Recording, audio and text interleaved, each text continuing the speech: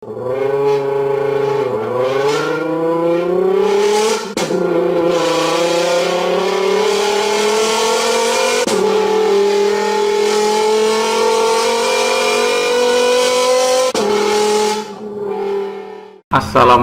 warahmatullahi wabarakatuh. Selamat pagi anak-anakku sekalian. Di pagi hari ini, sebelum kita belajar, mari kita berdoa bersama-sama. Mari berdoa bersama-sama. Bismillahirrahmanirrahim. Raditu billahi robba wa bil islami dina wa bi muhammadin nabiyya wa rasulah. Rabbi zidni ilma warzuqni fahma. Amin. Untuk pertemuan pertama di pelajaran pemeliharaan mesin sepeda motor, ya. Jadi saya ingin menjelaskan yang pertama adalah di KD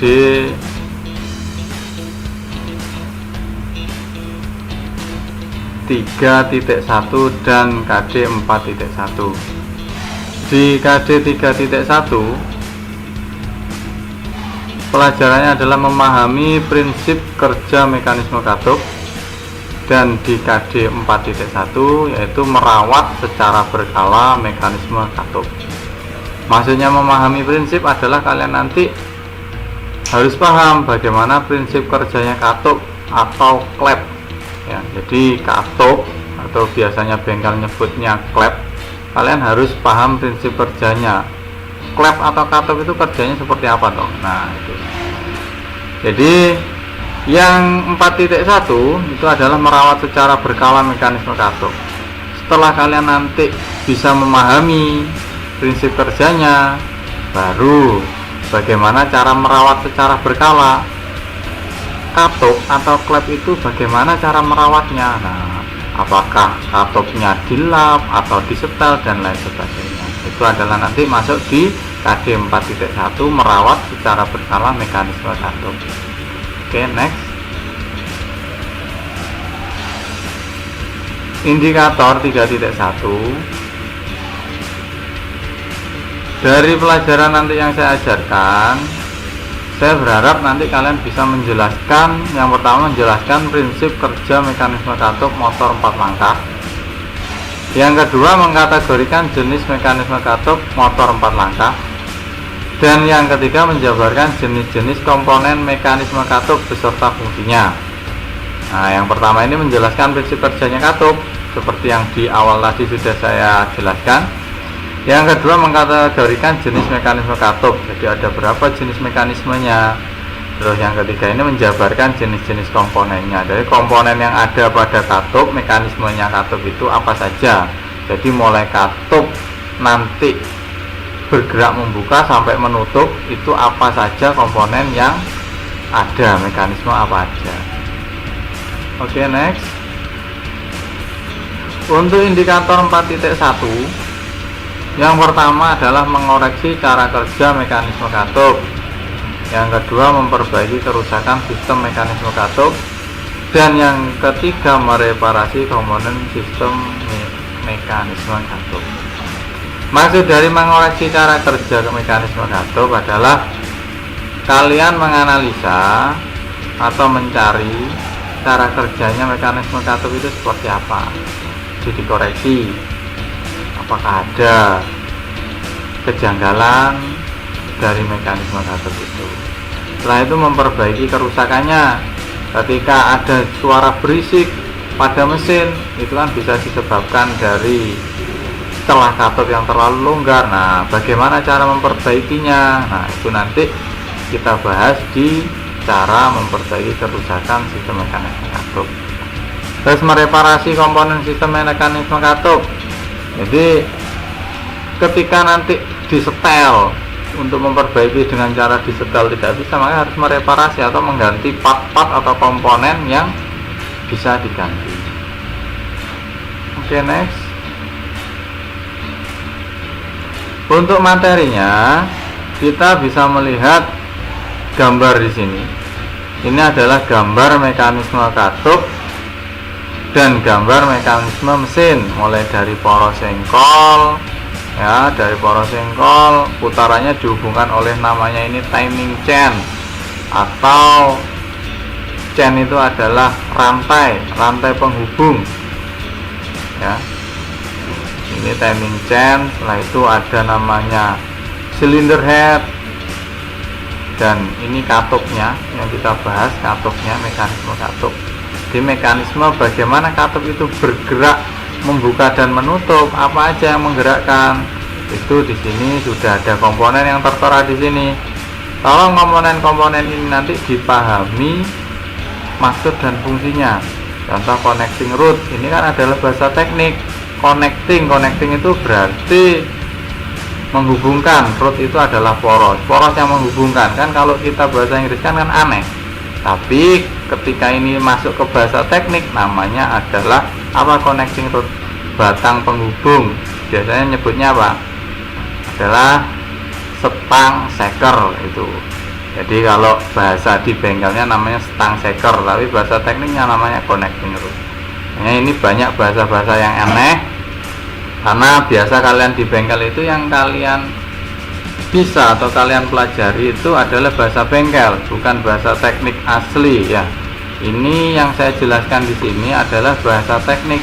Makanya nanti yang kurang paham bisa googling atau browsing, nanti cari nama-nama komponen ini terus cari fungsinya apa.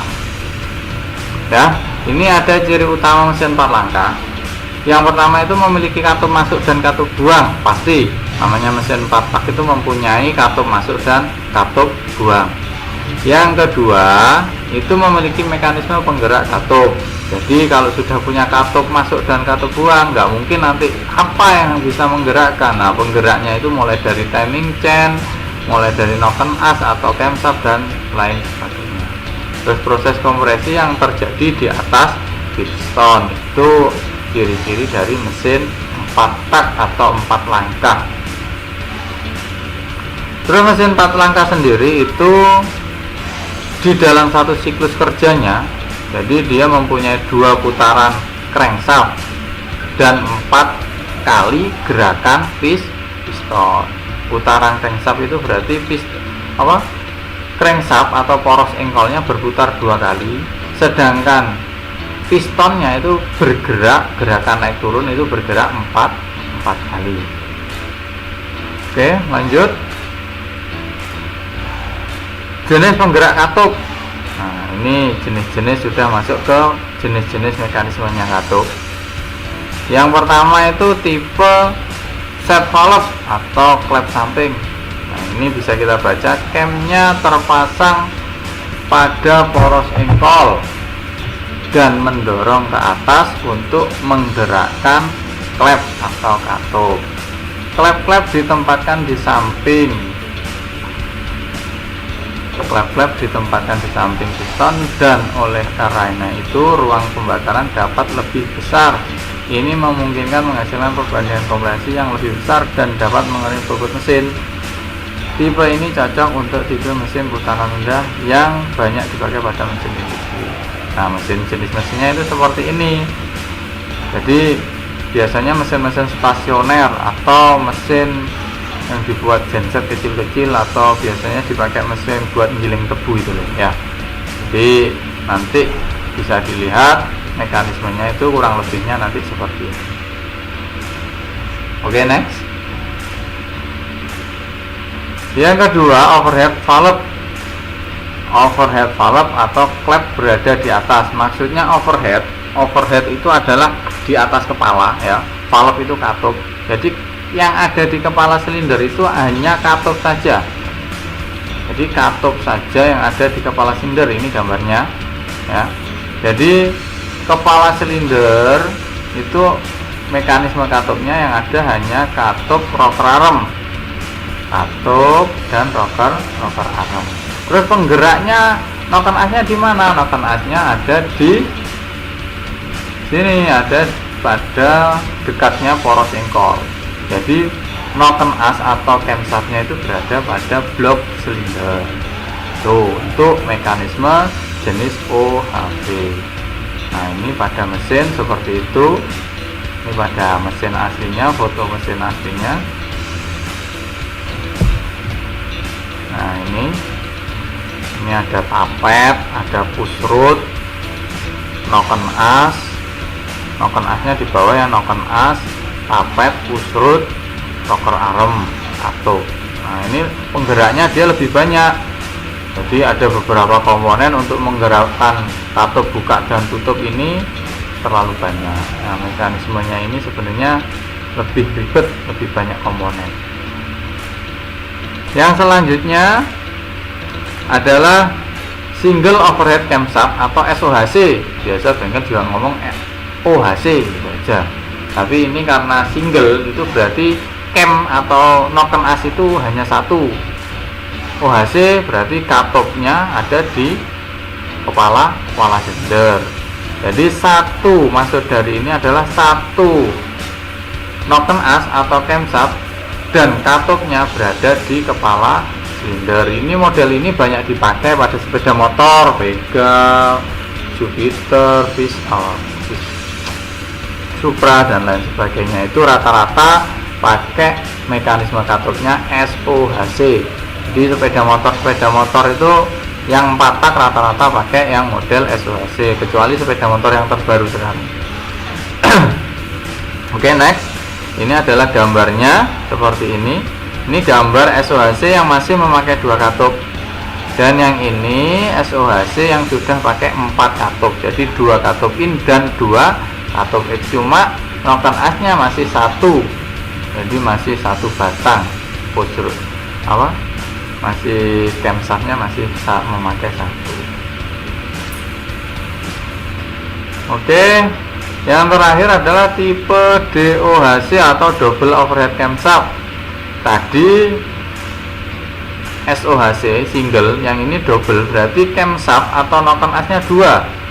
Jadi penempatan noken as ini ada 2, noken as in dan noken as X. Katopnya juga begitu, in dan X, noken asnya berbeda. Ini adalah pengembangan dari SOHC tadi. Jadi semua komponen ada di kepala silinder, hanya saja ini noken asnya atau camshaftnya ada 2. Jadi untuk tenaga mesinnya agar lebih besar. Nah, maka dari itu mesin-mesin ini sudah banyak dipakai pada sepeda motor. Contoh CBR, CB 150, Satria dan lain sebagainya. Itu rata-rata silinder headnya itu atau komponen katopnya itu sudah pakai mekanisme DOHC. Oke, lanjut.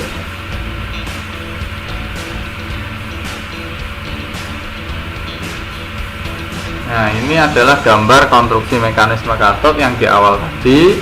Saya ingin nanti komponen-komponen ini kalian pahami, kalian googling atau browsing. Nanti ketika nggak paham bisa nanti langsung WA chat saya, atau nanti bisa ke sekolah tanya. Jika ada komponen-komponen yang di sini dicari di googling itu tidak ada, nanti bisa langsung tanyakan ke saya. Dan nanti ketika sudah masuk sekolah kita bisa mempraktekkan. Jadi praktek nanti kalian teorinya sudah bisa. Oke, terima kasih. Mungkin pembelajarannya sangat singkat sekali, dan saya berharap dari video yang singkat ini kalian bisa belajar banyak. Semoga ilmu yang kalian dapatkan nanti ilmu yang bermanfaat, ilmu yang barokah. Terima kasih, selamat belajar di rumah, selalu jaga kesehatan, selalu jaga kebersihan. Jadi jangan sampai berhenti belajar. Tolong walaupun di rumah tetap kalian belajar. Sebelum saya tutup, mari berdoa bersama-sama agar ilmu yang kita dapat menjadi ilmu yang barokah. Terima kasih. Berdoa mulai. Bismillahirrahmanirrahim.